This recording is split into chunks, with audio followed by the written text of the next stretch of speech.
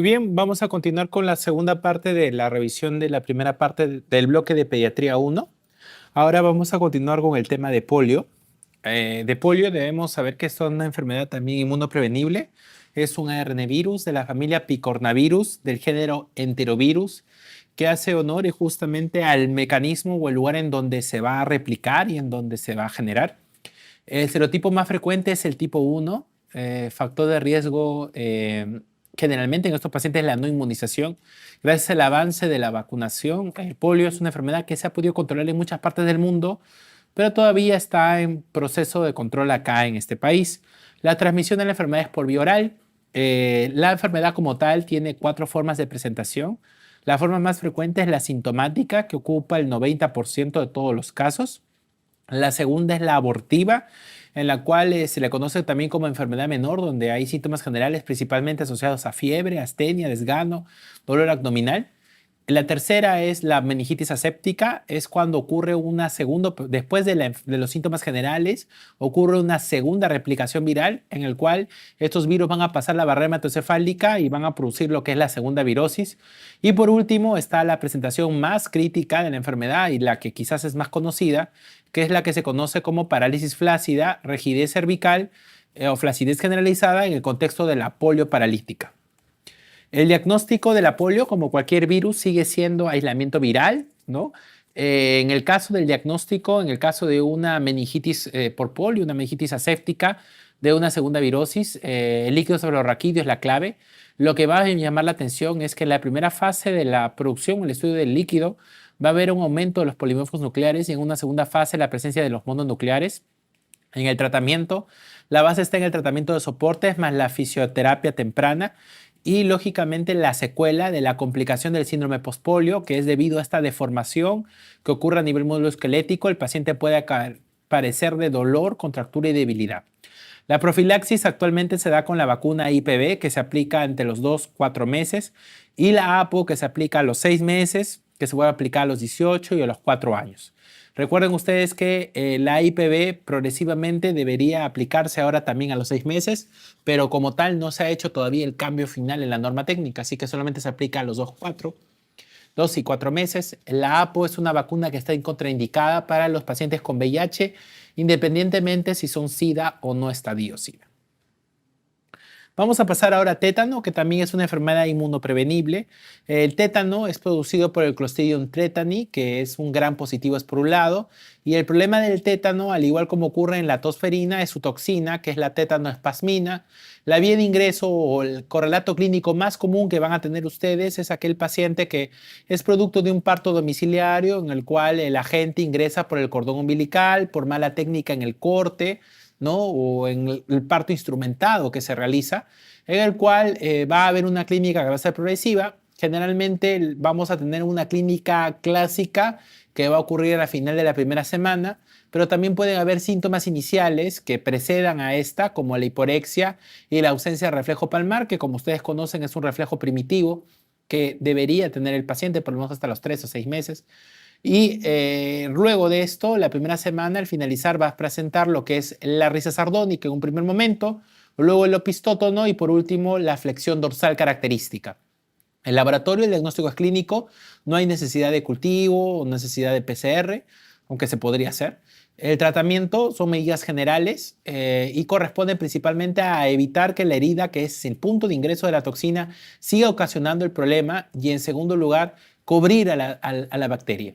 La disminución de la producción de la toxina se va a ocurrir gracias a la neutralización a través de una toxina del tétano, que es la que va a neutralizar la misma, la antitoxina tetani, la curación de la herida, que es la vía del ingreso, y la antibioticoterapia, cuya elección es la penicilina G sódica, pero en los pacientes que son alérgicos podría darse el metronidazol como alternativa. Vamos a ver infección por VIH, que también es una enfermedad, si bien cierto, no inmunoprevenible, pero es una enfermedad que también tiene mucho aumento en la etapa pediátrica. El El VIH como tal es un RNvirus de la familia retrovirus del género lentivirus. Existen varios serotipos, tiene el serotipo 1 y 2 principalmente, pero el más frecuente es el tipo 1 del subtipo M, ¿no? Por debajo del N, por encima del N. La transmisión en la etapa pediátrica es más frecuente a nivel vertical y en segundo lugar es la parenteral y el sexual, ¿no? La etapa de la vida en la que se produce con mayor frecuencia esta transmisión va a ser al momento del parto, en el intraparto. Se conoce que aproximadamente el 25% de las madres con VIH, el 25% de las mamás con VIH que tienen, lógicamente, y no han recibido profilaxis o no han recibido tratamiento pues, y dan proacto por vía vaginal, pueden ocasionar que el niño también padezca de VIH, ¿no? Otra vía de transmisión, aunque ya es menos frecuente, es la lactancia. Como saben ustedes, el VIH es una contraindicación absoluta. Y en el embarazo, el tercer trimestre también puede ser una fase, siempre y cuando hay un contacto o una mezcla de sangre. Las comorbilidades que pueden venir en el examen con respecto a la pediátrica son un poco distintas con respecto a otra edad. A nivel fúngica, la infección fúngica más común es la candidiasis orofaringia. Se le preguntan a ustedes por la neumonía más frecuente en la etapa pediátrica asociada a VIH, es la linfoide. Y en segundo lugar, la neumocistis girovesi, ¿no? Que es al igual que existe el tratamiento con clotrimazol, con trimoxazol como tratamiento profiláctico. Recuerden que la neumocistis girovesi en pediatría se caracteriza principalmente por un patrón hiperareado. En segundo lugar, un patrón respiratorio hiperareado en la radiografía. Una hipoxemia severa que puede bordar 40 o 30 milímetros de PA, de milímetros de mercurio en el LAGA, y la hiperlactacidemia, ¿no? Que es característico de la neumonía por neumocisto girovesi. El patrón hiperareado, la hipoxia y la hiperlactacidemia.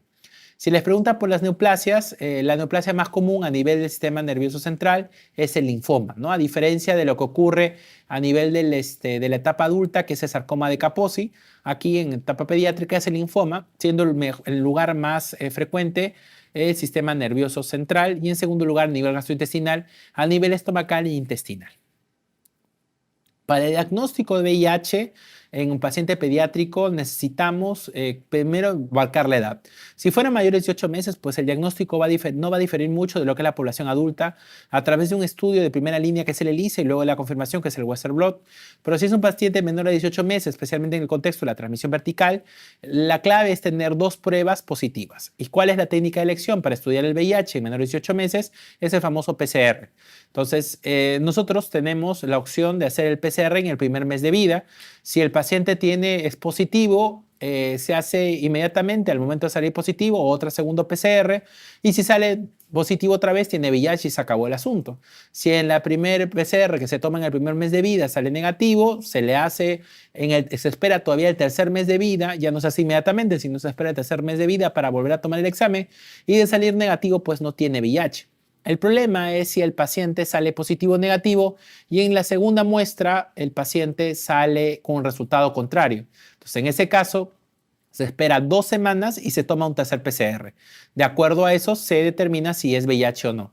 La clave está en siempre identificar que tenga 2 pruebas positivas para la confirmación o 2 pruebas negativas para el descarte.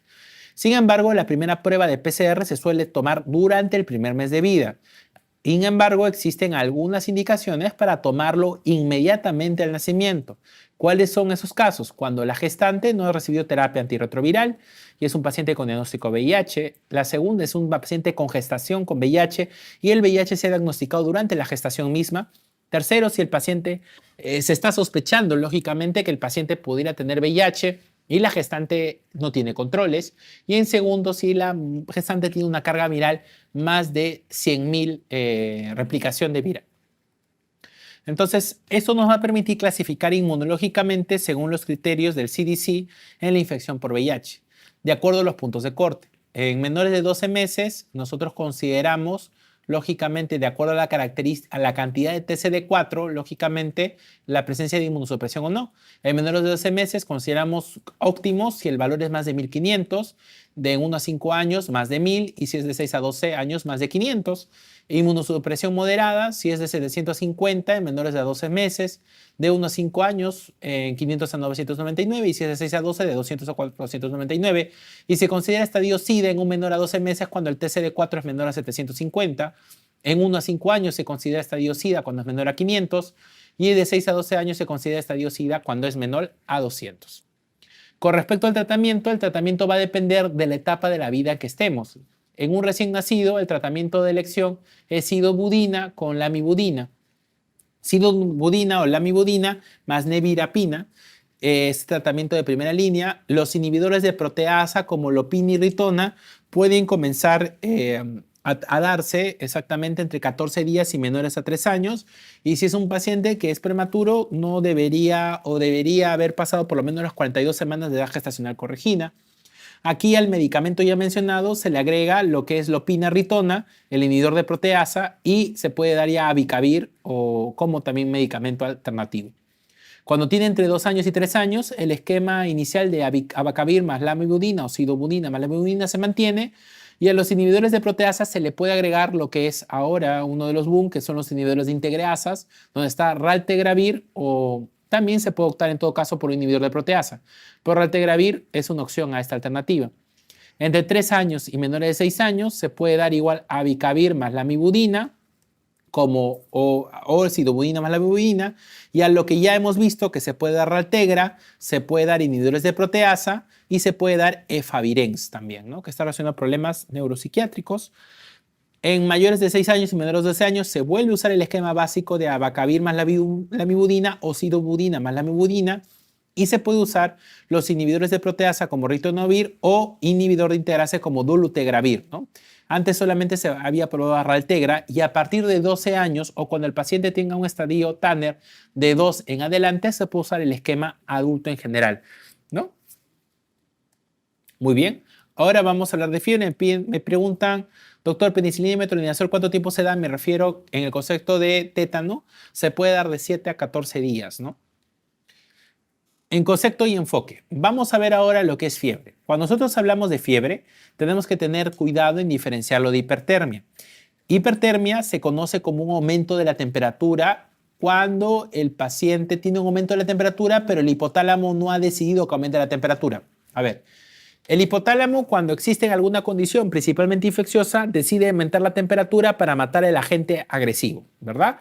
¿Y cómo modifica su temperatura el hipotálamo? Como si fuera un aire acondicionado, altera un punto que se llama set point, que está ubicado en la base, en el suelo de la tercera neurona hipotalámica.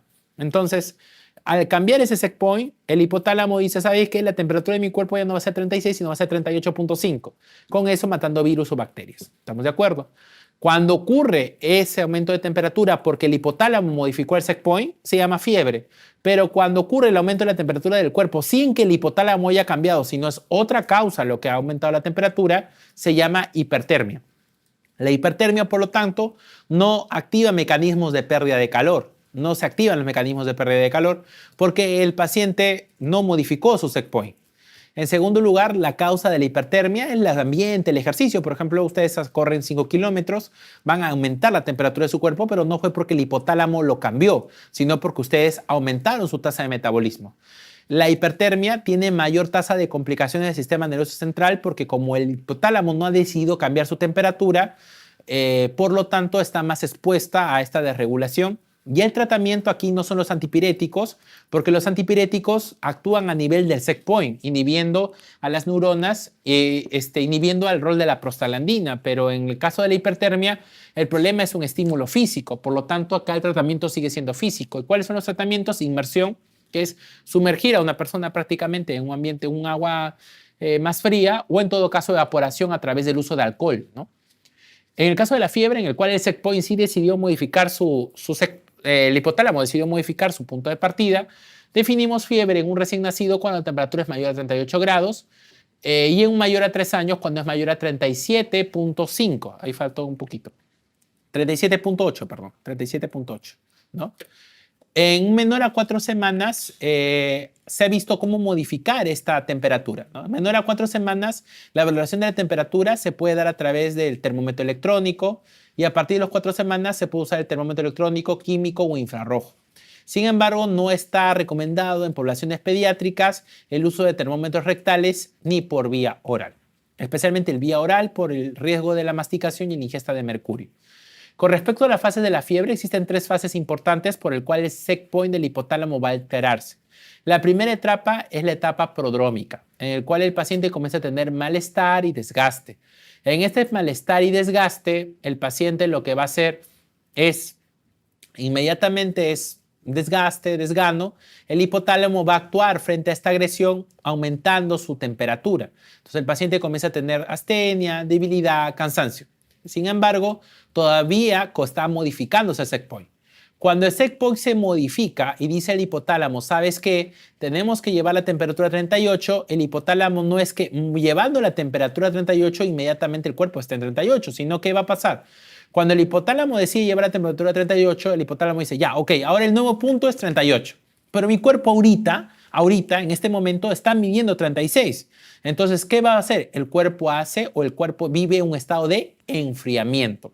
Si ahorita nuestra temperatura nos fuéramos a meter a una piscina con hielo, nuestro cuerpo comienza a estar en una etapa de enfriamiento. ¿Y qué cosa va a hacer nuestro cuerpo? Vasoconstricción, para tratar de alguna forma u otra ahorrar el calor.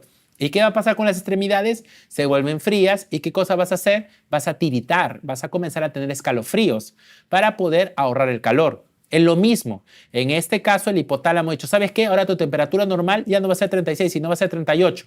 Pero como yo estoy en 36 ahora, ¿qué cosa va a hacer el cuerpo? Tratar de ahorrar calor. Entonces, ¿qué cosa va a hacer el paciente cuando inicia la fiebre? Comienza a tener escalofríos, se le comienza a bajar la temperatura de las manos y de los pies y los papás se comienzan a asustar y comienzan a abrigar a sus hijos.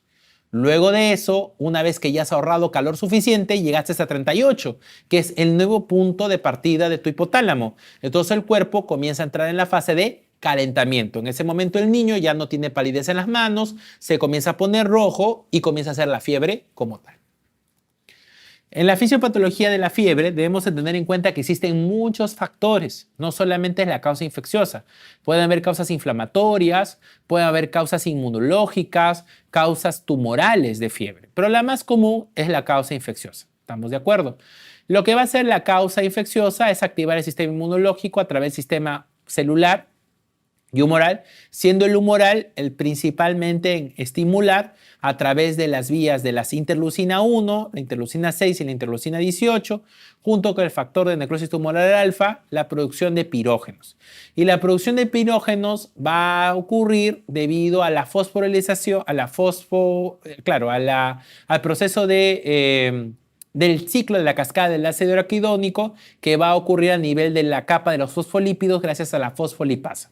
Entonces la fosfolipasa se activa el ciclo de la cascada del ácido araquidónico, se activa la vía de la ciclooxigenasa y se produce la prostaglandina E2. Esta prostaglandina E2 lo que va a hacer es activar las células gliales hipotalámicas y va a cambiar el set point, ocasionando la fiebre. La fiebre ocurre por el cambio del set point que lo estimula la prostaglandina E2 en el piso de la neurona del hipotálamo. Ahora, la fiebre como tal tiene diferentes comportamientos. Pueden haber fiebres continuas o fiebres discontinuas. Si hablamos de las fiebres discontinuas, son aquellas que durante periodo a periodo ha habido periodos afebriles, aunque sea cortos, pero han habido. Y los que no han tenido, lógicamente, periodos afebriles se llaman fiebres continuas, como tal, o fiebres constantes.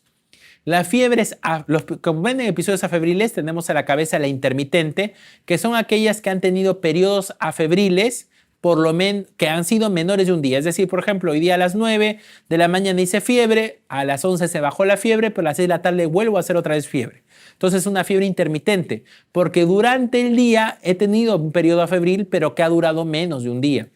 Se llama recurrente cuando la fiebre aparece cuando ha habido un periodo febril de más de un día. Hoy día 9 de la mañana hice fiebre, pero ya no volví a hacer fiebre hasta mañana a las 10 de la noche. Eso es una fiebre recurrente. Y la ondulante es aquella fiebre en la cual se presenta en picos y valles durante constantemente todo el día. La intermitente es clásica de los accesos. En cambio, la ondulante es clásica de la brucelosis. Aquella fiebre que en ningún momento paró y la que siempre estuvo sobre el valor normal puede ser clasificada como continua o remitente. Continua es cuando el paciente siempre ha estado en fiebre, pero la variación de temperatura a temperatura ha sido menor de 1 grado.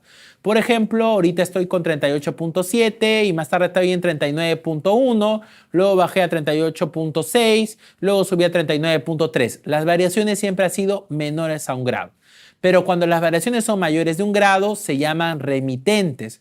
Hoy día estoy con 38.2, mañana paso a 40, de 40 bajo a 38.9, a eso se llama remitente. La clásica enfermedad de la infección continua se llama producida por tifoidea, que se acompaña con una caída de la frecuencia cardíaca, y la remitente es la malaria. Vamos a hablar de algunos conceptos más importantes de fiebre. El concepto de fiebre sin foco es toda aquella fiebre que ocurre en menos de una semana, en el cual el examen físico ni la historia clínica nos da orientación de la causa. Pero cuando tú a este examen físico, lógicamente, le agregas exámenes de laboratorio y aún así no te da la causa y la fiebre ya llegó a 2 semanas, se llama fiebre de origen desconocido. Fiebre de origen sin focos, fiebre sin focos se le conoce a una fiebre menor de una semana solamente con clínica y historia clínica que no contribuye. Pero si es una fiebre de origen desconocido, por lo menos la fiebre debe durar 2 semanas con examen de laboratorio negativo. Ahora, muchas veces, lamentablemente, la fiebre en pediatría puede representar situaciones muy complicadas. Por ejemplo, una fiebre en un niño de 1 mes puede ser por un resfrío o puede ser por una meningitis. La fiebre en un niño de 2 meses puede ser por una artritis séptica, como puede ser por una diarrea, donde las causas y las complicaciones y el alcance de cada enfermedad es distinta. Por lo tanto, hay que tener mucho cuidado cuando evaluemos fiebre en pediatría. La fiebre en pediatría puede representar elementos graves y uno de esos elementos graves es la infección bacteriana grave. La infección bacteriana grave se define como aquella infección bacteriana en la cual hay un compromiso focal o sistémico, en la que están incluidas estas enfermedades. Por ejemplo, meningitis, infección urinaria, neumonía, artritis séptica, osteomielitis, celulitis o enteritis. También podemos conocer infección bacteriana invasiva. Es cuando esta bacteria o este episodio o esta infección bacteriana grave se asocia con hemocultivos positivos. A eso se llama infección bacteriana invasiva. ¿Cuáles son las causas más frecuentes? Meningitis bacteriana. La otra posibilidad es que sea bacteremia oculta. Es aquella enfermedad o aquel episodio de fiebre en el cual el hemocultivo es positivo, pero el paciente no tiene aspecto tóxico o séptico. El aspecto tóxico en pediatría se define como un paciente que tenga letargia, pobre contacto visual, pobre perfusión periférica, sea irritable, sea anótico o tenga problemas de ventilación. Ahora, les dije hace un momento que mucho tiene que ver o tenemos que tener mucho cuidado para valorar el alcance de la fiebre. En pediatría, la fiebre puede representar desde un resfrío hasta una meningitis. Entonces, ¿cómo saber? En un menor de 3 meses es muy importante el concepto de los antecedentes prenatales y el antecedente perinatal. En un menor a 3 meses no hay signos ni síntomas de forma categóricas. Un paciente menor a 3 meses, me informan por interno, no sé si me pueden confirmar, que no se escucha. ¿Me pueden confirmar que ahora se escucha, por favor? ¿Me confirman? ¿Se escucha o no se escucha? Sí se escucha, ok, continúo. Entonces, en un menor a 3 meses, ya es muy importante el antecedente perinatal. Como un niño menor a 3 meses no va a presentar rigidez nucal, un niño menor a 3 meses no va a tener una tos clásica, no va a tener un dolor abdominal, no lo manifiesta, solamente llora y tiene fiebre. Entonces, aquí, en un menor a 3 meses, nosotros valoramos la fiebre de acuerdo a los antecedentes y el examen laboratorial. Entonces, como nosotros valoramos la fiebre de acuerdo a los antecedentes no se evalúan en grado a su severidad, sino hablan del riesgo. Porque un niño con peores antecedentes que tenga fiebre tendrá más riesgo de que esa fiebre sea algo peor. En cambio, un niño con antecedentes más limpios, más sanos y menos problemáticos tiene menos riesgo que la enfermedad sea peor. A ese criterio de valoración de la fiebre en un menor de 3 meses, que se basa en el riesgo, más no en la severidad, solamente hablamos del riesgo, se llaman criterios de Rochester. Los criterios de Rochester se aplican en menores de 3 meses y solamente te hablan de riesgo, o sea, qué tanta la fiebre que tiene el paciente representa un riesgo, porque no podemos valorar sintomatología. Esto es diferente en un mayor de 3 meses, porque un mayor de 3 meses ya presenta sintomatología y aquí ya no son tan importantes los antecedentes prenatales ni perinatales. Aquí lo que me importa es cómo el paciente luce. Entonces, aquí, cuando los criterios se aplican en mayores de 90 días y me importa cómo el paciente luce, ya no tanto los antecedentes, aquí ya no hablo de riesgo, sino hablo de qué cosa, de severidad. Porque ya no hablo de probabilidad, sino estoy hablando de lo que estoy viendo. El criterio que se usa para evaluar a los mayores de 90 días se llama criterio de severidad de fiebre. ¿Y cómo se llaman esos criterios? Criterios de Yale. Criterios de Yale. Yale, se escribe Yale. Criterios de Yale o Yale. ¿Estamos de acuerdo? Cuando tengas un paciente menor de un mes y lógicamente lo hospitalices por fiebre, el manejo antibiótico empírico es ampicilina gentamicina, como si fuera una sepsis neonatal. Si es un paciente de un mes a 3 meses, el tratamiento de elección, aplicando los criterios de Rochester, si se hospitaliza o no, es cefotaxima más o menos vancomicina si hay sospecha de neumococo resistente en la comunidad. Si un paciente es mayor a 3 meses, se aplican los criterios de Yale y el tratamiento es ceftriaxona más menos vancomicina. ¿Por qué no usamos ceftriaxona en un menor a 3 meses? Porque la ceftriaxona usa la albúmina para transportarse y podría haber una competencia y el paciente podría hacer una ictericia, ¿ya? Asociado a eso, por eso no lo usamos. Ahora, estos son los criterios clásicos, pero ¿existen criterios modernos? Sí. El criterio moderno para valorar fiebre es el STAI, BAG-STAI o el famoso paso a paso, que lo que aplica es una secuencia de preguntas constantes para definir si nuestro paciente tiene alto riesgo o no de bacteremia. Entonces, para responder esto, el BAG-STAI, el paso a paso, comienza con 3 preguntas, con 2 preguntas importantes. Primero es ¿cómo está el triángulo de evaluación pediátrica? ¿Cómo está la apariencia, la respiración y el color? Cualquier paciente que venga en emergencia, lo primero que tienen que hacer es el triángulo de evaluación pediátrica. Evalúan la apariencia, la respiración y el color. Luego de eso hacen el ABCDE recién. ¿Estamos de acuerdo? Entonces, si yo veo que el triángulo está alterado porque la apariencia, la respiración o el color están mal, inmediatamente lo hospitalizo porque mi paciente es de alto riesgo. Si el paciente luce bien, lo segundo que debo preguntarme es ¿cuál es la edad de mi paciente? Si mi paciente tiene una edad menor o igual a 21 días, mi paciente debe ser hospitalizado aunque luzca bien, porque hay alto riesgo de bacteremia. Por lo tanto, el paciente se hospitaliza.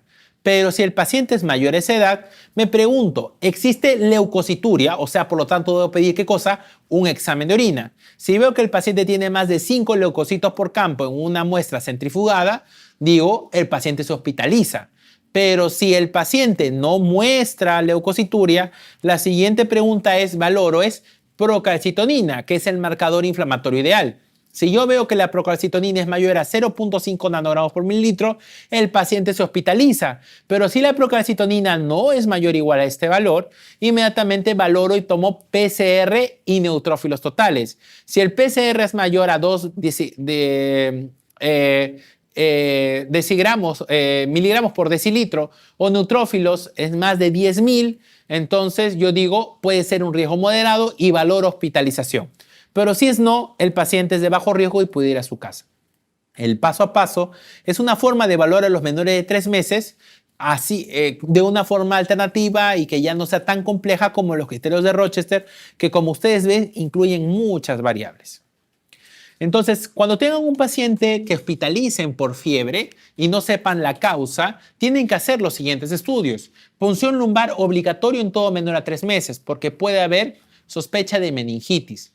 En los niños inmunocompetentes, lógicamente, evaluar factores de riesgo para considerar si hay neumonía o no, especialmente en aquellos pacientes que tengan leucocitos. Si ustedes tienen un paciente menor a 3 meses que tiene leucocitosis más de 20.000, pero su ocultación es normal, piden la radiografía de tórax porque puede haber neumonía oculta. Si tienen un paciente mayor a 3 meses con ocultación normal, pero con leucocitos más de 15.000, igual piden la radiografía de tórax, está valorado. Se pide el PCR, es una enfermedad útil, pero como pueden ver es un valor poco significativo. ¿Por qué? Porque el PCR puede elevarse bajo cualquier circunstancia. Convulsiones, aumenta el PCR. Te quemas, aumenta el PCR. Te asustas, aumenta el PCR. Es un marcador muy inespecífico. Pero ¿quién sí tiene una alta especificidad? La procalcitonina. Lamentablemente la procalcitonina no es un elemento que se usa o no está al alcance en muchos laboratorios. Y el otro elemento que se usa al final es la relación neutrófilos-linfocitos, que pierde su utilidad conforme el niño va creciendo. En la sepsis neonatal es muy importante. Si tú tienes fiebre, el manejo inicial de la fiebre son los medios físicos. El medio físico de elección que tú vas a dar es la evaporación. Y la evaporación se hace con vinagre o se hace con alcohol, en la cual el paciente se le pone alcohol y por evaporación el vapor de agua lleva la temperatura, ¿no? Otro método, pero sin embargo el más usado, es el método de conducción, en el cual se le pone en baño de agua María, en agua tibia, a una temperatura menor al de la fiebre, 35, 34, y en el cual hay un pasaje de calor del cuerpo hacia el agua. Ahora, las medidas farmacológicas, si el paciente no mejora con las medidas iniciales, deberían recién usarse, no inicialmente, sino primero medidas iniciales. Pero, ¿en qué pacientes deberíamos usar sí o sí medidas farmacológicas de arranque? En los pacientes con shock, por ejemplo, porque aumentan el gasto metabólico y el paciente con shock tiene un gran trabajo o tiene un gasto cardíaco en la mayoría de ocasiones. En enfermedad neurológica, porque un paciente con fiebre hace vasodilatación y si hay enfermedad neurológica podría haber hipertensión endocraniana. Por lo tanto, también en TEC, en el síndrome postparo, por el aumento del gasto cardíaco, en un paciente que ha hecho paro cardíaco no podríamos forzar el corazón y en desequilibrio electrolítico. Pero si el paciente no tiene esas circunstancias, deberíamos iniciar con medidas iniciales. Si vas a usar medidas farmacológicas, los medicamentos de primera línea es el paracetamol o el llamado acetaminofén, cuya dosis es de 10 a 15 miligramos por kilo dosis y se metaboliza en el hígado. Recuerdan que cuando se metaboliza el paracetamol puede generar un daño oxidativo en el hígado y para eso usamos el glutatión para poder contrarrestar el paracetamol. Pero si el paciente se intoxica con paracetamol, ¿qué cosa va a pasar? El paciente va a consumir todo su glutatión, por lo tanto el paciente hace aumento de acetaminofén en la sangre y aquí la única forma de contrarrestar es con acetilcisteína. La dosis máxima de paracetamol al día es de 75 miligramos por kilo. Antes era 90, ahora es 75 miligramos por kilo o de forma estándar 4 gramos por día. La máxima dosis que puedes dar al paciente por dosis, no es que yo le pongo poner 4 gramos en la mañana y se acabó y ya cumplí. No, lo máximo que puedes dar por dosis es 1 gramo. Y lo máximo que puedes dar al día sumando todas las dosis son 4 gramos. ¿Estamos de acuerdo? La acción del paracetamol es de 1 hora después y puede llegar a tener una concentración en la sangre con un efecto de 4 a 6 horas. El ibuprofeno se aplica en niños mayores de 6 meses, se puede aplicar en niños menores de 6 meses también, pero con otras indicaciones, por ejemplo en el cierre de ductus arterioso, ¿no? Pero en mayores de 6 meses se recomienda como antipirético. La dosis del ibuprofeno es de 5 a 10 miligramos kilo dosis, la dosis máxima es 40 miligramos kilo al día o 2.4 gramos por día. La acción del ibuprofeno es menor a 1 hora, es un efecto más central porque no se metaboliza en el hígado. Por lo tanto, tiene una acción mucho más rápida, pero la acción del ibuprofeno es más analgésica que antipirética. El tratamiento de ambos combinado puede ayudar a mejorar más rápido la fiebre, pero no está aprobado en ningún protocolo. ¿Estamos de acuerdo? Si ustedes se dan cuenta, aquí no aparece un elemento que es muy conocido, que es el famoso metamizol.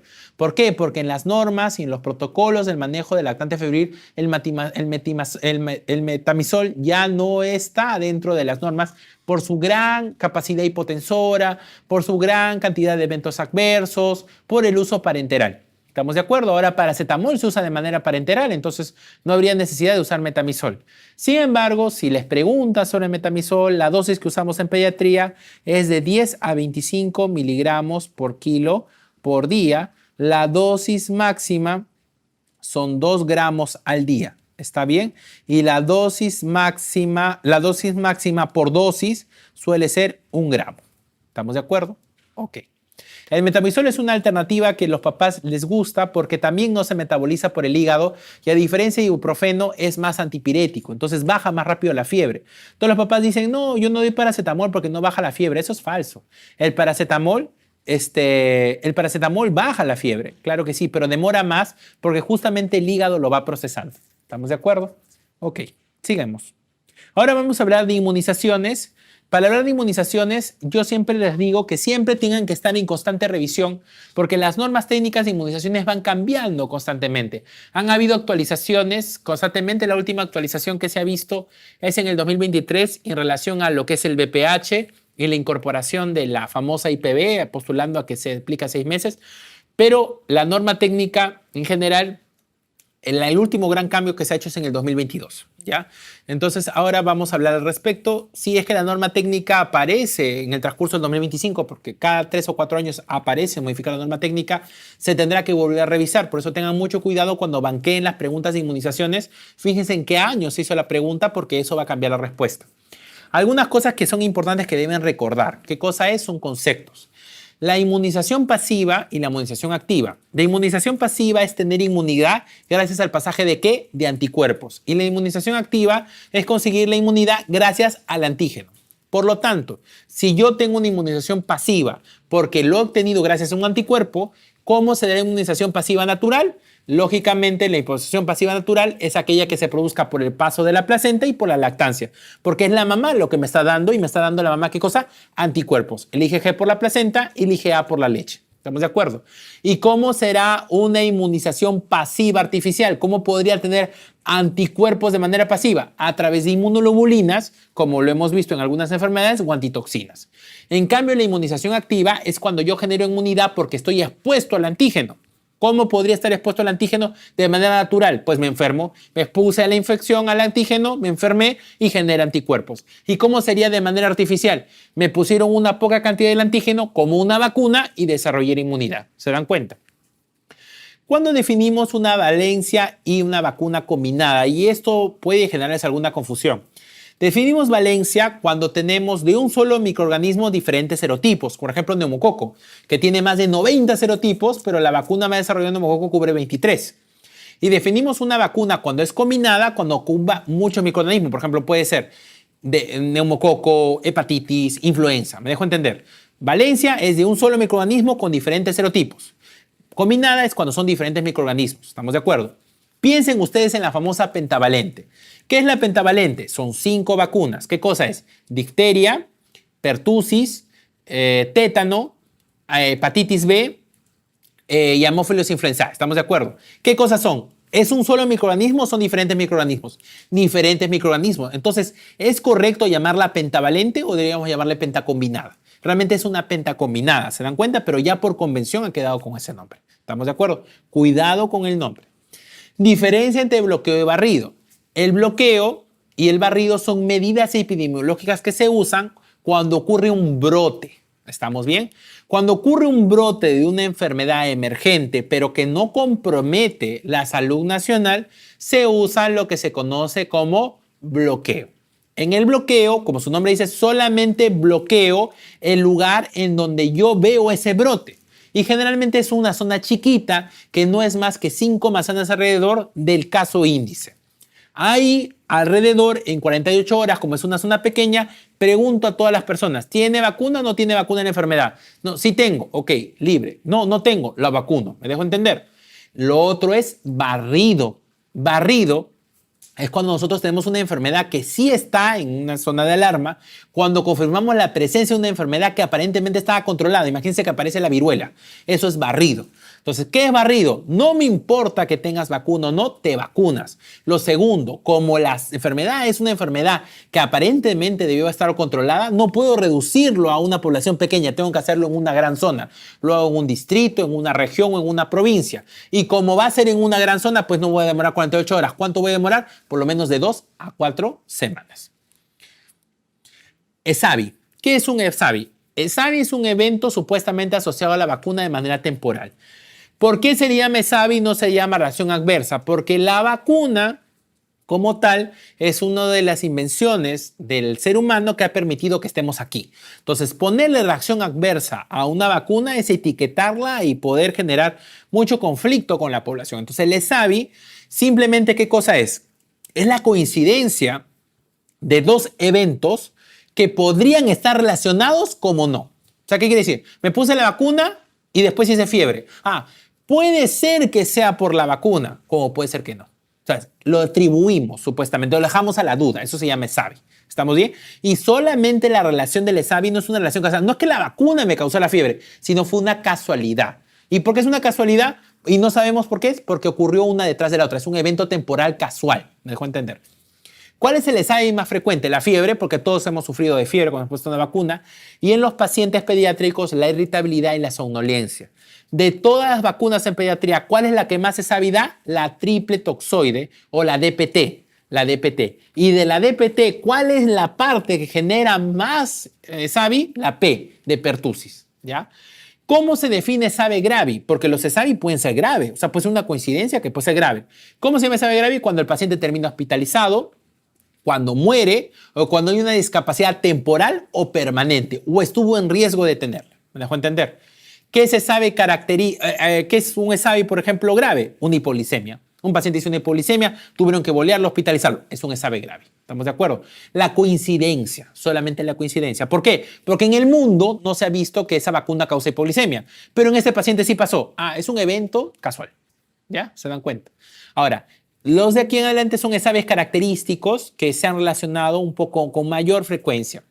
Las convulsiones.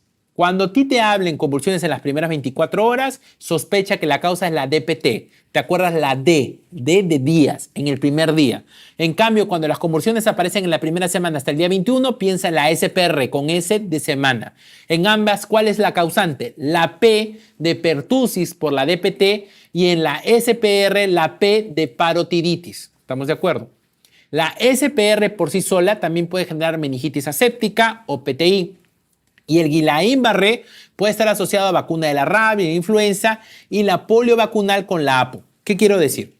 ¿Qué pasa con la polio? Y es un problema grande. La polio se aplica a los 2 y 4 meses como vacuna intramuscular. A los 6 meses se da por vía oral. ¿Por qué se da por vía oral? Porque por vía oral replicamos lo que hace comúnmente el virus, que es replicarse a nivel intestinal. ¿Cuál es el problema? Que en alguna población, si yo lógicamente no estoy vacunado y yo he recibido la APO y voy a replicar un poquito, porque la APO es una viva atenuada, un poquito de ese virus, cuando defeque voy a botar polio o no. Ya, entonces, ¿qué va a pasar si en mi comunidad hay una persona que no está vacunada? Se va a contagiar de polio, ese es polio vacunal, me dejó entender. Entonces, doctor, ¿qué es la solución? Pues hay que pasarlo a todos IPV y se acabó. Ya, no es tan sencillo. ¿Por qué?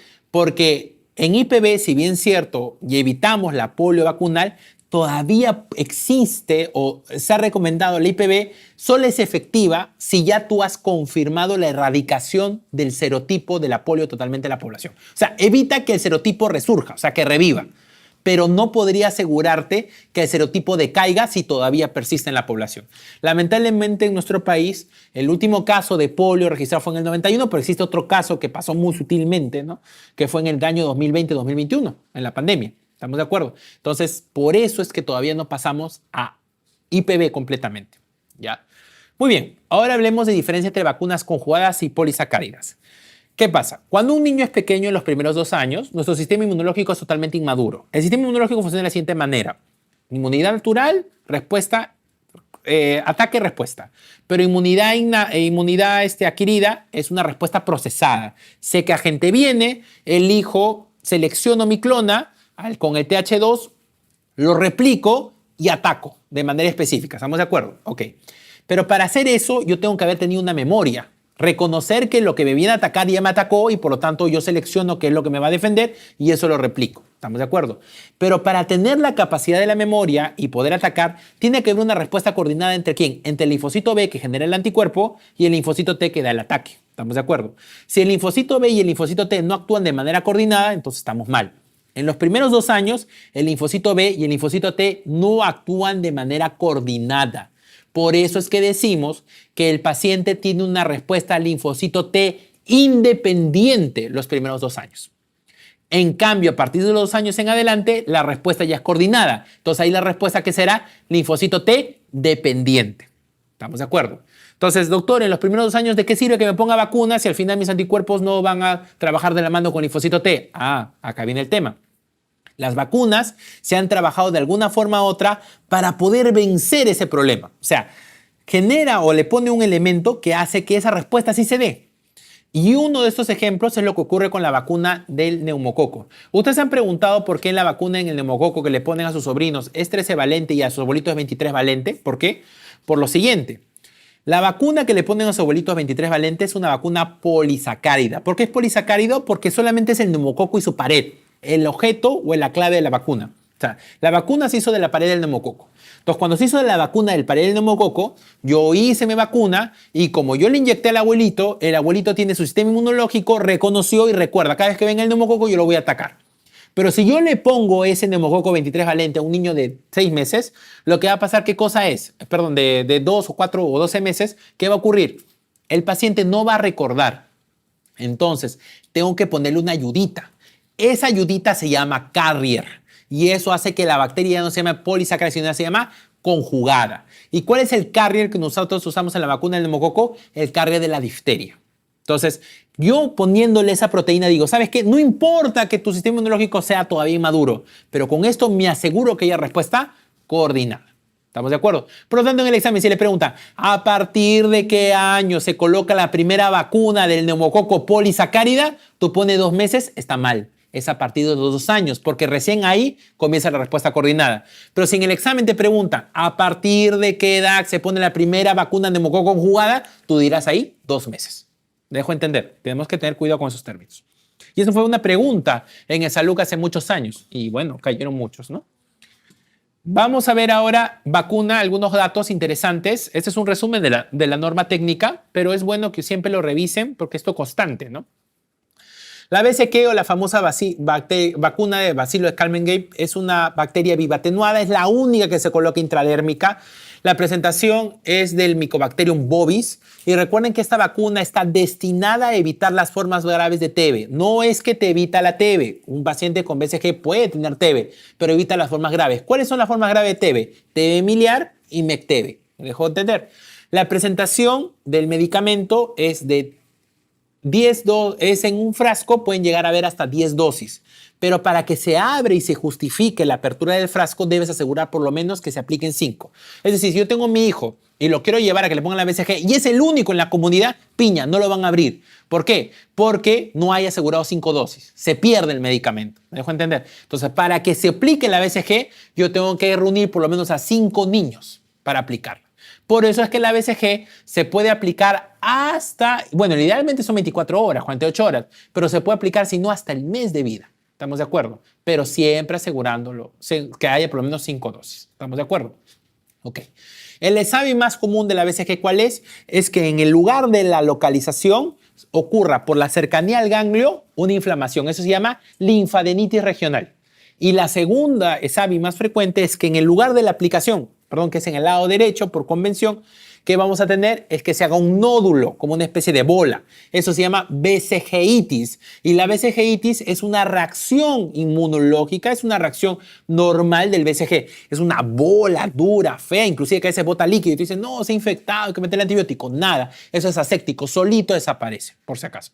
Si en el examen le pone un paciente recibe BCG y luego se hace un nódulo que bota líquido, pero el paciente luce bien, nada, obsérvenlo, eso solito desaparece.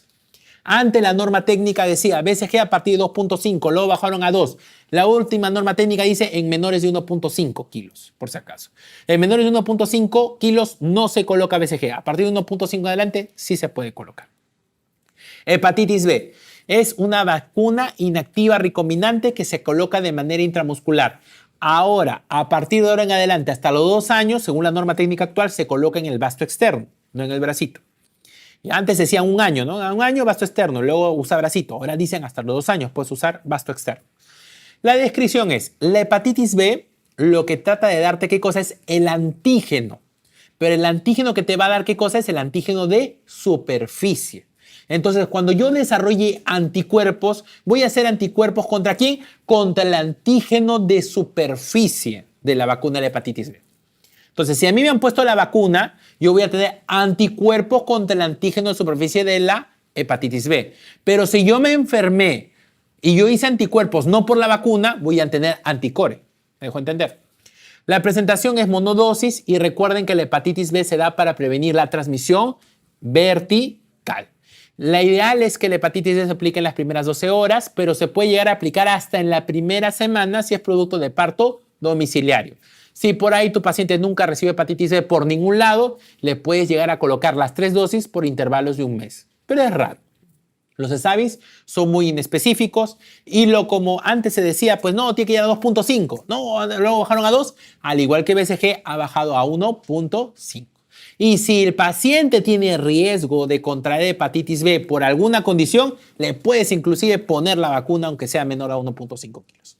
Pregunta del examen que siempre pone, hijo de madre diagnosticado con hepatitis B, ¿qué cosa haces con el niño? Le pones igual la vacuna y le agregas inmunoglobulina. Esa pregunta siempre viene todos los años en cualquier examen. A los 2 meses viene la famosa pentavalente, que ya hemos hablado que realmente no es tan pentavalente, pero así se le conoce. Es una vacuna inactiva recombinante que se aplica de manera intramuscular a los 2, 4 y 6 meses. Si el paciente no recibió una de sus vacunas, no reinicias la vacunación, por si acaso. Continúas y las aplicas cada 2 meses hasta llegar a los 5 años. Los SAVI son pocos frecuentes, pero si existiera, ¿cuál sería el culpable? Siempre la P, en este caso la pertusis. Entonces, ¿qué hacemos cuando ocurre eso? Disgregamos la vacuna. La pentavalente se aplicó a los 2 meses, entonces a los 4 meses aplicaremos la vacuna sin la P. Entonces, ¿cómo aplico? DT, Haemophilus influenzae y hepatitis B, la 3 por separada. La DT se aplica cuando hay reacciones severas a la pentavalente. La Haemophilus influenzae se aplicará cuando haya reacciones severas a la pentavalente. Y, claro, la Haemophilus influenzae, la DT y la hepatitis B, que ya hemos visto acá antes, que se puede aplicar si hay reacciones adversas a la pentavalente o reacciones adversas a pentavalente. ¿Estamos de acuerdo? Ok.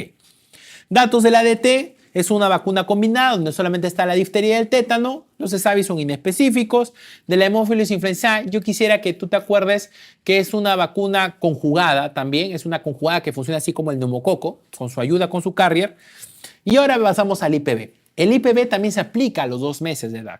El IPV o polio inactiva, la inactiva recombinante es la polio intramuscular, que lo que hace es prevenir la polio. La está aplicado en la norma técnica a los 2 y 4 meses. Si el paciente tiene VIH, ¿ya? No importa si sea SIDA o no, sí debe recibir siempre IPV, ¿ya? La única vacuna que está contraindicado en los estadios de VIH, sin importar si sea SIDA o no, es APO. Antes decían rotavirus también, no hay que ponerle si el paciente es VIH aunque no sea SIDA. No, rota se puede colocar ahora. La única que está contraindicada en cualquier estadio de VIH, aunque tenga más de 5000 CD4, es APO, ¿está bien? Entonces ahí sí pones IPV frente. Los serotipos que cubre IPV es 1, 2, 3, ¿está bien? Y según la norma técnica, durante el 2023 se va a ir reemplazando la tercera dosis de APO, la primera dosis de APO, que es al 6º mes, por una de IPV. Pero esto no se ha desarrollado. ¿Por qué? Porque la IPV es mucho más cara pues, que el APO, ¿ya? Entonces, por eso es que no se ha desarrollado como tal. Entonces, la pregunta es ¿cuándo entra la APO o la famosa polio por vía oral? A partir de los 6 meses en adelante. Es la famosa es una viva atenuada, ya no es una polio inactiva, por lo tanto puede haber polio vacunal. Y aquí el serotipo es el tipo Sabin. Es una vacuna por vía oral que solamente cubre el serotipo 1 y 3 y es un rosadito pálido. Por si acaso lo pongo ahí, no va a ser que pongan preguntas. La dosis son 2 gotas, 2 gotas. Y es bien interesante.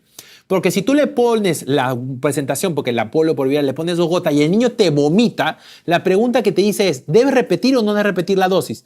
Si el paciente, escuchen, si el paciente ha recibido la vacuna, lógicamente, y el paciente lo ha vomitado, recuerden ustedes que la polio por vía oral, ¿qué cosa tiene que llegar? ¿A dónde? Al intestino. Si no llegó al intestino, no sirvió. ¿Me dejo entender? Entonces, si el paciente ha recibido la polio por vía oral y lo ha vomitado, tendría que ver la posibilidad de volverle a aplicar.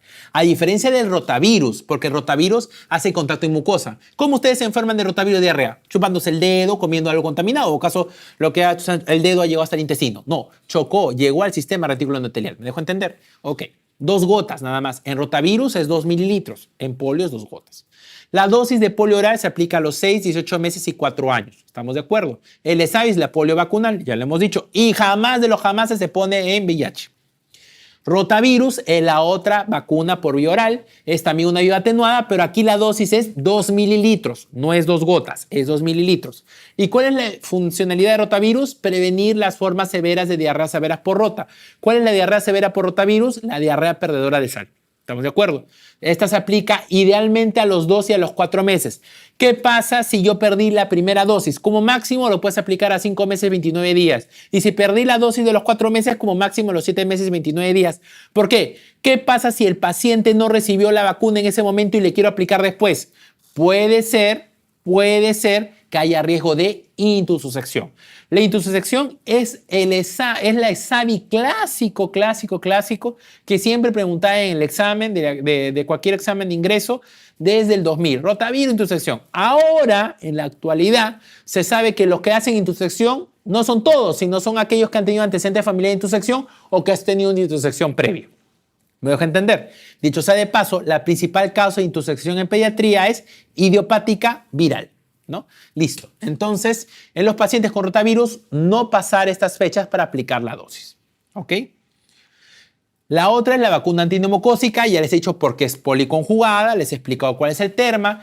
La vacuna que aplicamos en los pacientes pediátricos es la 13 valente. Todos los serotipos son iguales, ahí los tienen apuntados, pero el serotipo que hay en mayor cantidad es la 6B.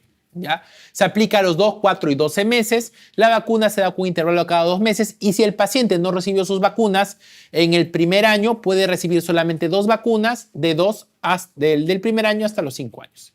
El ESAVI es inespecífico y más de 2 años polisacárido. Influenza.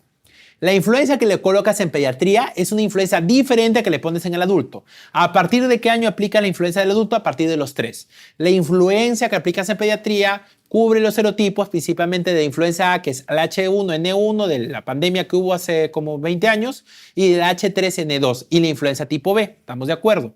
La influenza tiene un problema, que para producirse cultiva en células de pollo. Por lo tanto, si el paciente es alérgico al huevo, no le puedo poner la influenza. ¿Estamos bien? La justificación es porque la vacuna se cultiva en estas células. Por lo tanto, hay que tener mucho cuidado. La influenza se coloca desde los 6 meses. Antes decían 7 meses. No, comienza desde los 6 y pasando un mes se aplica la siguiente dosis. Y de ahí todos los años. ¿Estamos de acuerdo? Ok. Ya, vamos a ir, sí, la antiamarílica ahorita vamos a ver. Vamos a ir paso a paso, pero también es una vía atenuada. Ahorita lo vamos a ver, ahorita la antiamarílica. Luego seguimos con la SPR, que es una vía atenuada. La SPR, sarampión, paperas y rubiola. Al igual, paperas se aplica ¿dónde? ¿En dónde se aplica? Se cultiva en embrión de pollo. Por lo tanto, alergia al huevo, la gallina, no se puede colocar. También estos pacientes, ¿estamos de acuerdo? La SPR está justamente sus siglas porque hay mayor cantidad de sarampión. ¿Ya? La aplicación, o sea, en componente de la vacuna hay mayor cantidad de sarampión que de paperas y de rubiolas. La dosis de la aplicación se pone a los 12, 18 meses, ¿ya? Y el ESAVI es, si yo pienso en convulsiones, la culpa es la P a partir de la semana, porque es S de semana. Si es rubiola, la causa del ESAVI, ¿qué cosa va a darme? Adenopatías de la oreja para atrás. Y si es S de sarampión, ¿qué me va a dar? Aparte de ese tema, tos, conjuntivitis y fiebre, lo que hablamos hace un rato, ¿de acuerdo? Si mi paciente hace un ESAVI por convulsiones, ¿qué cosa le voy a dar? Le quito la P y le dejo con SR. ¿Estamos de acuerdo? Pero igual no le puedes dar. ¿Por qué? Porque si el paciente es alérgico al huevo o a la gallina, porque el sarampión se cultiva en estos embriones. Ahorita llegamos ya a la antiamarílica. Varicela. Varicela es una adquisición del año 2018. Yo cuando era R1 de pediatría en el Hospital del Niño, todo lo he hecho en mi formación en el Instituto Nacional del Niño, ha sido... una cosa era de ver varicela y varicela todo el tiempo. Era una cosa alucinante. Entonces, cuando venía un niño con varicela, lo veíamos afuera porque no podíamos un consultorio, bloqueamos un consultorio de R1, no importa, y lo veíamos y veíamos que no había lesiones necróticas ni infectadas, ¿no? Principalmente, ¿no? Pero ya gracias a la introducción de la vacuna en el 2018, de forma tardía, porque en otros países ya se introducía hace tiempo, ha disminuido la presentación de varicela. Ahora, la varicela no evita que tengas varicela, sino evita las complicaciones severas de la varicela. ¿Estamos de acuerdo? Ok.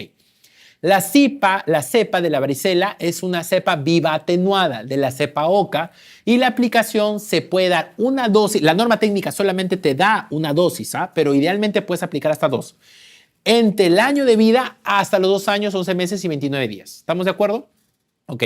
Si tu paciente ha estado expuesto a alguien con varicela, puedes dar la vacuna hasta 72 horas post-exposición. Esto ha venido en un examen igualito. Paciente de 10 meses expuesto a alguien con varicela. Según la norma técnica, ¿hasta cuántas horas puedes colocar? 72. Así, literal, no hay forma de analizar. Era memoria, sí o sí. El ESAVI de la varicela se ha visto que es entre el quinto al tercer día y los ESAVI son bien inespecíficos. Las contraindicaciones son bien particulares porque acá dice que no puede darse en pacientes con fiebres mayores de 38.5, con tuberculosis no tratada y inmunodeficientes. No sé por qué en otras no la dice, pero lo pongo a ti como está. Luego viene la antiamarílica. La antiamarílica también es una viva atenuada. Mira, todas son vivas, la SPR, la SPR, la SR, la varicela y la antiamarílica. La influenza es una inactiva. Date cuenta, ¿por qué las vivas atenuadas lo damos recién al año de edad? Es la que más miedo nos da a los pediatras. La viva atenuada amarílica es la fiebre amarilla y cubre la cepa 17D24. ¿Se cultiva dónde? En el huevo de la gallina. Por lo tanto, no se pone en los alérgicos a la proteína del huevo, ¿no? Se aplica a los 15 meses de edad, idealmente. Entre los 2 a 59 años se puede aplicar a los pacientes si es que viven en regiones endémicas o con exposición. Y la duración de la protección es de por vida después de 10 días de haberse aplicado la vacuna. Por eso cuando ustedes se van a la selva deben colocarse la vacuna y después de 10 días pueden viajar, ¿no?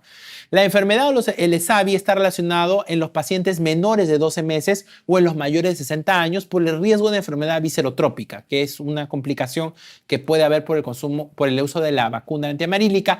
Y la antiamarílica, por favor, esto ha venido así literal en el examen, no se da en gestantes. No se da en gestantes y ni se le pone en madres con lactancia. ¿Estamos de acuerdo? Ok. Virus de hepatitis A, nueva adquisición. Es lo último, lo último. Es una vacuna de virus inactivada, se coloca intramuscular, en la norma técnica una sola dosis y como saben, se le puede aplicar a niños grandes y adolescentes con riesgo, por el riesgo de mortalidad. ¿Estamos de acuerdo? Muy bien. DPT es la vacuna que cuando la pentavalente se aplica en la DPT, a partir de los 18 meses y 4 años se aplica la DPT sola, ¿no? Entonces ya hace poco se coloca hemofiliación infecciosa, ni hepatitis B, sino DPT, y es la dosis de refuerzo. 18 meses y 4 años, igual, ¿no? Se coloca y los ESAVI están relacionados a convulsión por el componente de la pertusis. La DT se aplica cuando la DPT me falló, me causó daño. Y es la que ustedes aplican cuando ustedes quieren postular algún trabajo, cuando van al hospital, han hecho su internado, o apuntan a la residencia o cualquier trabajo y dicen, ten tu vacuna completa. No te piden la DPT, te ponen la DT, ¿no? La DT. ¿Por qué no la P? Porque, bueno, ya se entiende que pues, la población está vacunada, ¿no? Y ahora viene la BPH, la BPH, la BPH. Ya, la BPH es también una adquisición del 2018. La vacuna recombinante que te protege en el 100%. Ojo, no el 95, no el 80, el 100% de protección contra los serotipos 16 y 18. Nuestra vacuna BPH, la norma técnica, es tetravalente, cubre 16, 18, 6 y 11, que son los serotipos más famosos, ¿no? Los de oncogénicos, ¿no? Se aplica en las niñas y en los niños. Antes era solamente en las niñas, ahora también se aplica en los niños, por si acaso. Es la nueva cosa que ocurrió en el 2022. En las niñas, como en los niños, se aplica entre los 9 años hasta los 13 años, 11 meses y 29 días. O si no, todos en quinto de primaria los agarran, los encierran y les ponen las vacunas. En el caso de las niñas, se colocan 2 dosis. La primera y la segunda con un intervalo de 6 meses. Y en los niños solamente una dosis. ¿Estamos de acuerdo? Ok. Un asterisco gigante que no está colocado aquí porque fue un acápite que hizo la norma técnica en el año 2023. Dice, si una mujer está entre 14 y 18 y nunca, jamás recibió la BPH, puede recibir una sola dosis. ¿Estamos de acuerdo? El Estado le puede dar una dosis a una mujer entre 14 y 18 años siempre y cuando no recibió nunca la BPH. Y al varón no. Al varón no está cubierto todavía para la población para el varón.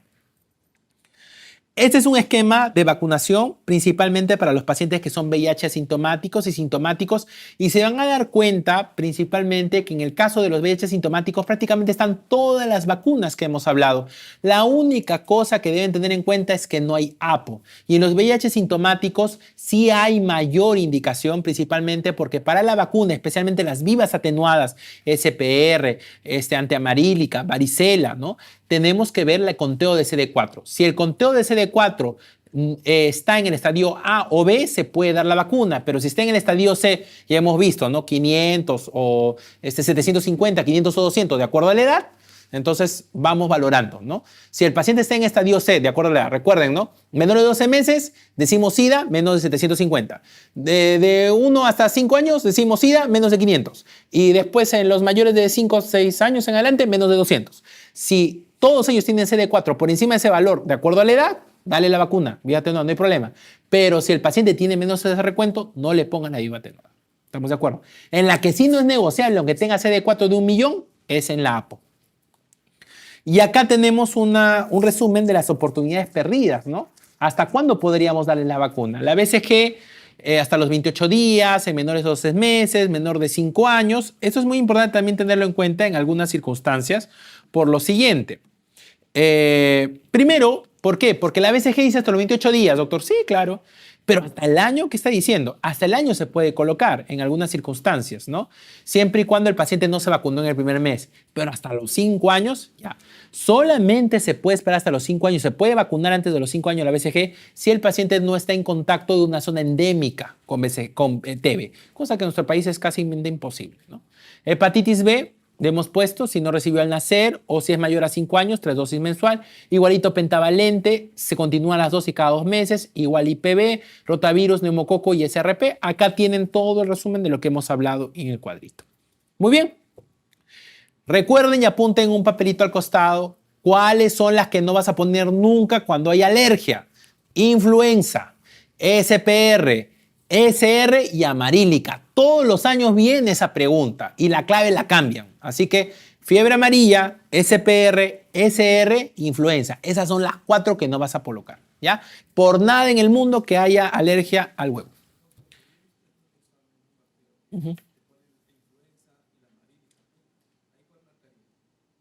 Qué raro. Tendrías que mostrarme el banqueo, ¿ah?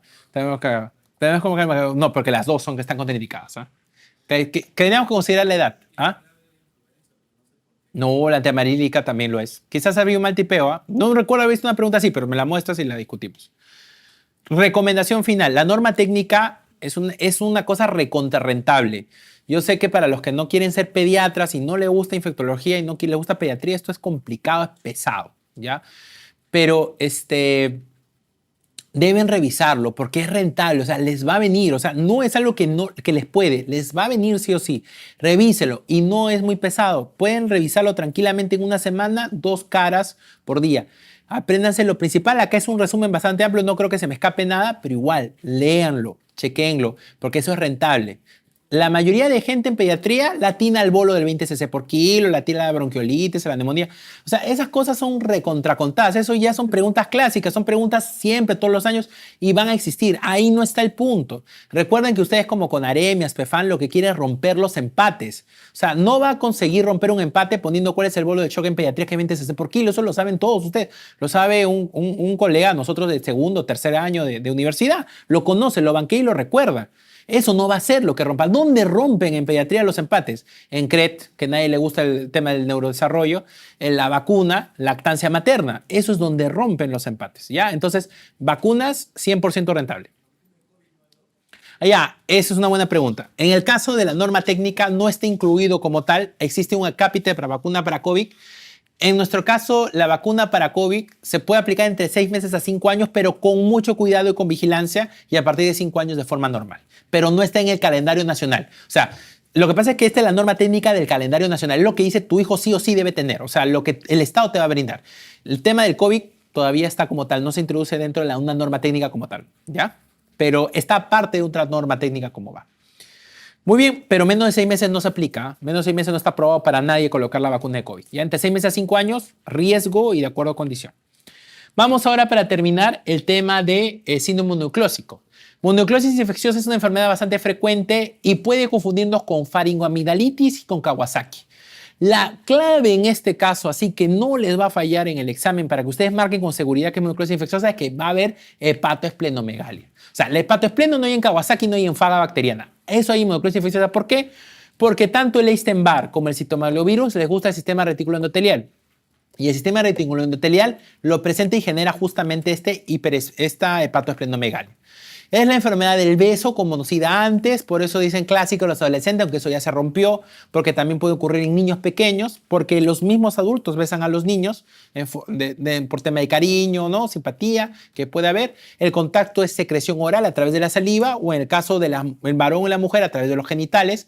La etiología más común de mononucleosis infecciosa es el virus de Epstein-Barr en un 90% y es la principal causa de mononucleosis infecciosa en los inmunocompetentes. El citomegalovirus también puede generar mononucleosis infecciosa, pero es más común en los inmunodeprimidos. Causa más rara es el VIH, el toxoplasma en general. El periodo de incubación de mononucleosis infecciosa es recontra latente. Por eso es que hay muchas mujeres que gestan y ni siquiera se enteraron que tuvieron mononucleosis infecciosa. Su niño sale con un torch. La fase prodrómica de la mononucleosis infecciosa es de 1 a 2 semanas. Hay fiebre, astenia, fatiga odinofagia y dolor abdominal. Y entre la segunda y tercera semana de la enfermedad aparece la fase de estado, donde aparece la famosa adenopatía, la fiebre, la faga, ¿no? La fiebre, adenopatía, la faga, la famosa triada de la mononucleosis infecciosa, y se agrega, ¿qué cosa? La hepatoesplenomegalia. Dato interesante que por ahí puede venir y una vez lo incluyeron en el correlato de una pregunta. La mononucleosis infecciosa es una causa para haber exudado faríngeo. Es una causa para haber exudado faríngeo. Entonces, por lo tanto, ustedes deben sacar de la mente que solamente las enfermedades bacterianas pueden generar exudado. También las enfermedades virales pueden generar exudado. ¿Qué enfermedades virales pueden causar exudado? El Epstein-Barr, el citomegalovirus, el adenovirus pueden generar exudado. Entonces, ¿qué pasa? Tú ves exudado, no aplicas tu centro, toma amoxicilina. ¿Y qué pasa a estos pacientes con mononucleosis infecciosa que les dan amoxicilina pensando que es una faga bacteriana? Hacen un rash. Ese rash, ese exantema maculopapular, es característico del libro para los pacientes que se creyeron fagas bacterianas, pero que resultaron al final ser una mononucleosis infecciosa. Luego hay que tener cuidado porque recuerden que tanto como el Epstein-Barr o el citomegalovirus puede eliminarse por la orina todavía después hasta de 4 meses. El diagnóstico es clínico, ya hemos dicho la faringitis, la adenopatía y la fiebre y la hepatoesplenomegalia. Pero si hay algún examen laboratorial, vamos a decir lo primero lo que hacen los antiguos. Los antiguos hablaban de las pruebas de los anticuerpos heterófilos de Paul Davison Brunel, que se hacen en sangre de cabra, o lo que actualmente es categórico, que es muy, pero muy sugestivo, es el hemograma. Los pacientes con mononucleosis infecciosa hacen leucocitosis con linfocitosis. ¿Y qué cosa voy a ver ahí? Linfocitos autorreactivos, atípicos o variantes. Si te dicen linfocitos autorreactivos, atípicos o variantes, mononucleosis infecciosa en la cabeza. La serología, lógico pues, porque el Epstein-Barr, citomegalovirus y IgM, y las transaminasas están ligeramente elevadas. No se confunden con la hepatitis que están sobre 1000. El tratamiento es sintomático y las complicaciones pueden ser, en algunos casos, púrpura trombocitopénica, anemia hemolítica, rotura del vaso por la esplenomegalia, encefalitis, obstrucción laringotonsilar porque aumenta el volumen, las adenopatías, la amígdala y la miocarditis. Este es el linfocito autorreactivo y citomegalovirus. Acá en citomegalovirus algunas precisiones. La transmisión puede ser por leche materna, saliva, sangre, orina, heces, secreción, contacto directo o íntimo. Y hay mayor incidencia en recién nacidos y adolescentes. Y le damos con más fuerza. ¿Por qué? Porque está asociado más a inmunosupresión y porque es más severa que Epstein-Barr. Citomegalovirus puede venir de manera congénita, a través que hemos dicho con calcificaciones periventriculares, con hepatoesplenomegalia. Recuerda que el citomegalovirus es el TORCH más frecuente, de todos los TORCH más frecuentes, la principal causa de desordera neurosensorial no heredada. Y lo segundo que deben tener en cuenta de citomegalovirus es que citomegalovirus puede presentarse de manera congénita, como lo que hemos mencionado, o también de manera neonatal, que la mamá lo contagió. El niño nació citomegalovirus y lo contagió. ¿Cómo diferencio la neonatal de la congénita?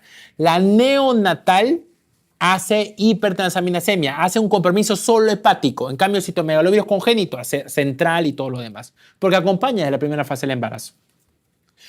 La infección viral congénita más común, en niños más frecuente en niños pequeños, los inmunosuprimidos tienen mayor riesgo de mayor infección en el primer trimestre. El diagnóstico es igualito, aislamiento de sistemas corporales, orina, saliva, biopsia, PCR y la seroconversión. Al igual que coqueluche, el IgM citomegalovirus es medio especial, no a veces sube con fuerza.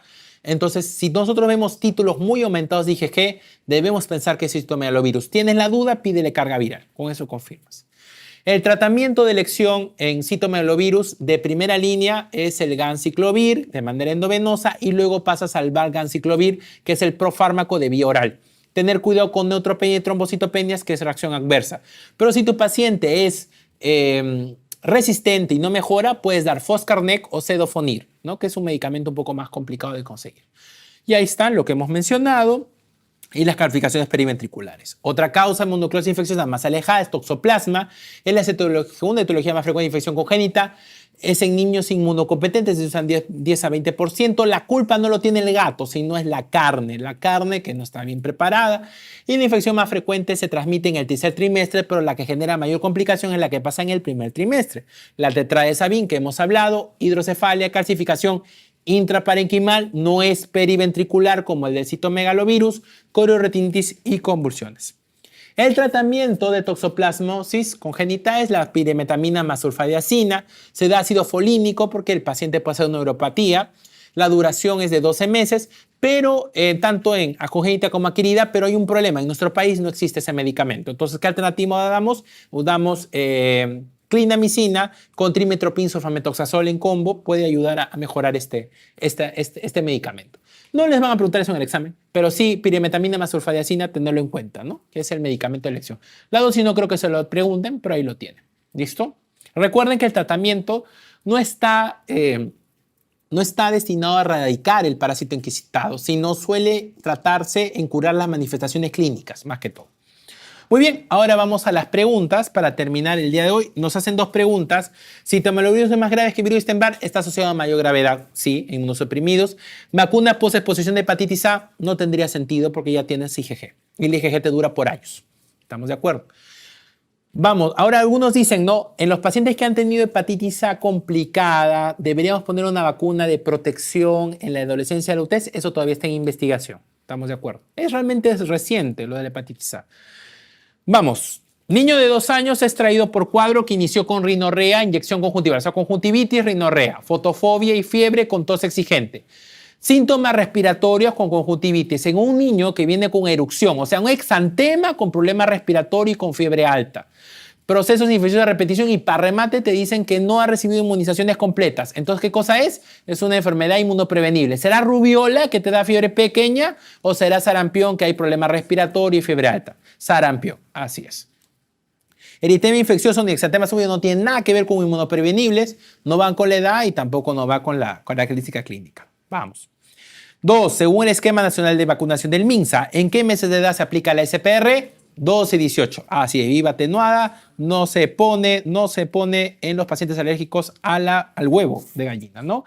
DPT como refuerzo 18 meses y 4 años. Eso es la que se confunden más, ¿ya? Muy bien. Vamos. ¿Qué tipo de vacuna es la que se aplica contra el virus del papiloma humano? Lo dijimos antes, antígeno viral recombinante, ¿ya? Recuerde que la bacteria inactiva es la BCG, la viva atenuada es el APO, rotavirus, SPR, varicela ama, inactiva recombinante, hepatitis B, VPH, vacunas inactivas, polio, DT, DPT, hepatitis C, influenza, vacunas conjugadas, influenza y neumococo. Todo eso está escrito ahí en las diapositivas que hemos colocado. Recuerda que el papiloma humano protege 4 serotipos. 4 serotipos, 16, 18, 6 y 11, en el 100% de los casos a los 16 y 18. 4. Paciente de 12 años presenta hace 10 días odinofagia, ¿ok? Puede ser una faga, veamos qué es. Fiebre de 38, lesiones maculopapulares en tronco y extremidades. Faga con exantema, pero es maculopapular, qué raro. Niega prurito, faringe, hiperémica, amígdala hipertrófica, exudativa, exudado, por ahí puede ser, vamos. Linfadenopatías, no me queda clara. Y hay hepatoesplenomegalia, se acabó. Una faga con hepatoesplenomegalia, a pesar que tenga exudado, ¿qué cosa es? Monoclosis infecciosa. Doctor, ¿por qué no es faringitis estreptocócica, escarlatina? Porque es maculopapular. La escarlatina es micropapular, jamás es macular. ¿Listo? Linfagitis no y faringitis estreptocócica no va con hepatoespleno. ¿Estamos de acuerdo? Sé que esto es monoclosis infecciosa. Vamos, 5. Niño de 4 años, presenta erupción difusa, eritematosa papular, que inicia en el cuello. Mira, papular, no dice macular, papular nomás. Que inicia en cuello, se extiende a tronco, extremidades, siendo más intensa en pliegue, signo del pliegue. Piel áspera al tacto, como si fuera piel de liga. Mejillas erimetosas y palidez alrededor de la boca. Triasia de Filatoc. La lengua presenta papilas engrosadas con aspecto afranguesado, o sea, lengua en fresa. Lengua en fresa, exantema solo papular, con líneas de Pastia, con piel áspera, con piel de lija. ¿Qué cosa es? Escarlatina. Doctor, ¿por qué no puede ser mononucleosis? Porque no hay hepatoespleno. ¿Qué mononucleosis de edad papular? Puede ser maculopapular. Sarampión es maculopapular. Kawasaki es polimórfico, ¿no? Y no es piel de lija. Eritema infecciosa tampoco no va. Vamos. 6. Varón de 5 años presenta durante 3 días erupción maculopapular rosada. Algunas equimosis en ambas piernas. Algunas en ambas piernas. Desde hace 2 días, dolor en rodillas. Qué raro que la equimosis estén en piernas y ahora tenga solamente dolor de rodillas. Dolor abdominal. Aparecen 2 cositas más. Vómito alimentario. Al examen, frecuencia cardíaca, respiratoria y temperatura normal. Pápulas rosadas confluentes y petequias solamente en piernas. ¿Por qué solamente serían en piernas? Dolor al movilizar las rodillas, solamente en piernas. No hay signos de flebosis y hay dolor a la palpación profunda. ¿Cuál es el diagnóstico? Genoschole. Doctor, ¿por qué no puede ser poliarteritis nodosa? Poliarteritis nodosa es bien raro en pediatría. Ya tendría que ver compromiso de más sistemas. Es compromiso del callado de la aorta. Es mucho más difícil. Es poco frecuente. Doctor, artritis reumatoide juvenil. La artritis reumatoide juvenil no se va a concentrar solamente en dolor en rodillas, sería generalizado, es generalmente oligo poliarticular. Trombocitopenia inmune primaria. ¿Cómo va a ser trombocitopenia inmune primaria si la trombocitopenia inmune primaria se caracteriza por plaquetas menos de 100.000? ¿Y qué hemos dicho? Que en Genosch las plaquetas no están bajas. Doctor, vasculitis, sí, pero Genosch es un mejor nombre, porque vasculitis puede ser cualquier cosa. ¿Estamos de acuerdo? Ok. ¿Cuál es el otro nombre de Genosch? Vasculitis por IgA o púrpura anafilactoide. Vamos, además es un varón, ¿no? Otro dato característico. Vamos, 7. Niña de 2 años presenta fiebre hace 2 días, solo 2 días de fiebre. Dolor faríngeo, anorexia, está ido por presentar erupción generalizada. O sea, hace 2 días has tenido fiebre y ahora tiene erupción generalizada. Frecuencia cardíaca 90, frecuencia respiratoria 25, ya no tiene fiebre, dice, porque tiene 37. Eritema en cara, cuello, pequeñas máculas irregulares rosadas que confluyen y se diseminan en tronco y extremidades. Hasta ahí parece ser una rociola, pero mira lo que dice, orofaringe con lesiones rosadas y petequias en paladar blando. Eso está raro. Eso está muy raro, porque esas lesiones no son típicas, no son típicas del exantema súbito. Son lesiones rosas y petequias en paladar. Eso parece más Forchheimer. Y mira las adenopatías. Son adenopatías suboccipitales y retroauriculares, o sea, de la oreja para atrás. ¿Cuál sería el diagnóstico? Rubiola. ¿Listo? Cuando tú tengas adenopatías de la oreja para atrás, eso es cerrado rubiola. Sí, cerrado, es categórico. No me gusta la pregunta, ¿por qué? Porque le ponen rosado. Las lesiones rosadas son típicas de la rociola, pero es verdad. Recuerda que la rociola, ¿cómo le llamaban? La pseudorubiola, porque tienen también esa característica. Es una pregunta un poco maleada porque te hace confundir, ¿no? Dices, rosada, pues rociola. Pero mira, para remate no hay opción, no hay exantema súbito tampoco, ¿no? O sea, no podrías marcar rociola porque no están las opciones. Es rubiola, ¿no? Listo. Entonces, por ahí, ¿no? Decía, no, doctor, puede ser una rociola, pero no están las opciones, ¿no? O sea, la pregunta maleada, pero bueno. 8. Lactante mujer de 10 meses presenta desde 2 días fiebre 39. 2 días de fiebre 39. Llanto intenso y rechazo a lactancia. Y ahora hace erupción en cara. Ok, vamos a ver. Al examen sigue con fiebre. Ya. Frecuencia 124, respiratoria 34 es por la fiebre. Pápula, vesícula y costra. ¿Qué cosas son? Son lesiones polimórficas. En un niño que ha tenido 2 días de fiebre y ahora hace estas lesiones. Y son, mira, céfalo caudal, cuero, tronco, cuero cabelludo, tronco y zona proximal. Y encima te dice que tiene lesiones en la mucosa. Lesiones umbilicales en cielo estrellado. ¿Qué cosa es? Varicela. Doctor, ¿por qué no puede ser rociola? La rociola no te da vesícula. Reacción sistemática tampoco en la lesión clásica, menos en 2 días. El tema infeccioso no se comporta como la parvovirosis, que es la lividez, y la viruela simia, no sé a qué se refiere. ¿Qué tipo de vacuna se aplica contra la varicela? Lo dijimos, viva atenuada. Vamos. Mira, esas preguntas son así teóricas nada más, pero un repasito. 10. Niño de 10 años es traído a consulta porque se desconoce si recibió la vacuna contra la hepatitis B. ¿Qué cosa da la hepatitis B? Antígeno contra superficie. Por lo tanto, ¿qué anticuerpo vas a generar? IgG contra el antígeno de superficie de la hepatitis B. ¿Cuál es la mejor clave? La E. La core es por la enfermedad. La vacuna es la que te genera eso. La mejor forma de verificar que el paciente ha recibido vacuna y tiene anticuerpos por vacuna y no por infección es este de aquí. ¿Listo? Muy bien. La E es mucho más tardía. La E es mucho más tardía. ¿Ya? Recuerden que ustedes lo que están aplicando en la vacuna es el antígeno de superficie. ¿Ya? No están aplicando la cápsula, es el antígeno de superficie, es el hecho de la vacuna. Por lo tanto, el anticuerpo que haces es contra el agente que pone la vacuna. Luego de la aplicación de la vacuna CPR, ¿después de cuántos días usualmente se observan posibles eventos? ¿Cuándo hemos dicho que aparece la SPR? ¿A partir de las 24 horas o a la semana? A la semana, con S de semana. Entonces, ¿a cuánto? A partir de 7 hasta los 21 días. Pero lo más común es que sea entre los 7 y los 14 días. Listo, 7 y 14 días. S de semana, en cambio DPT, en el primer día más común, pero puede aparecer hasta los 6 días. ¿Estamos de acuerdo? Ok, vamos. Lactante de 10 meses, desde hace 7 días, presenta rinorrea, tos seca, fiebre. Hace 7 días presenta rinorrea, tos seca y fiebre. Hace 2 días la tos se vuelve exigente y tiene rubicundez facial y vómitos lácteos. Tos con vómitos. Como tiene menos de un año, la clínica puede ser ahí más o menos, no puede ser típica. Vacuna solo hasta los 2 meses. ¿Le falta vacunas? Claro, le falta de los 4, le falta las 6. ¿Qué vacuna se aplica a los 4 y las 6? La pentavalente. ¿Y la pentavalente qué cosa tiene? A la pertusis. Si el paciente encima te tiene, ¿qué cosa? Tiene tos con salva y tiene leucocitosis, ¿qué enfermedad es esta? Tosferina. Doctor, ¿por qué no puede ser la laringotraqueitis? Porque la laringotraqueitis no va con leucocitosis ni tampoco tiene importante la vacuna. La laringotraqueitis la causa es para influenza, no va por ahí. Y además es muy pequeño. La laringotraqueitis, bueno, las causas virales ocurren un poquito 3 meses en adelante, es verdad, pero no está la tos de perro característica, ¿no? Epiglotitis, la fase es tóxica, es totalmente tóxica, ¿no? No tiene que haber la tos en vómito, más bien el estridor o el signo del babeo, de la papa caliente o del trípode. Neumonía, no te hablan nada de la ocultación, ¿cómo vas a decir que es neumonía? Bronquiolitis, si no te hablan de ocultación, ¿cómo vas a definir bronquiolitis? No hay forma. Vamos, ya vamos acabando.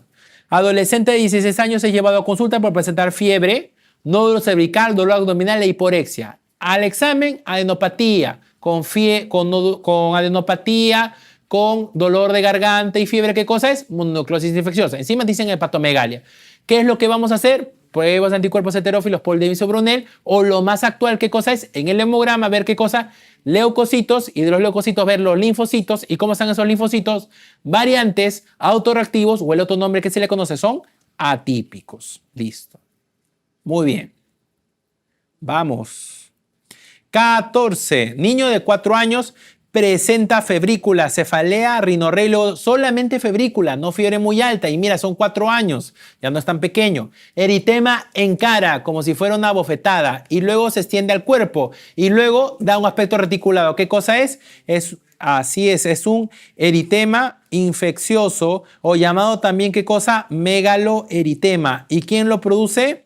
Parvovirus B19. Parvovirus B19, que es un AN virus. Y el parvovirus B19, ¿qué te puede complicar? Te puede dar aplasia eritroide, PTI o aborto. Clave D.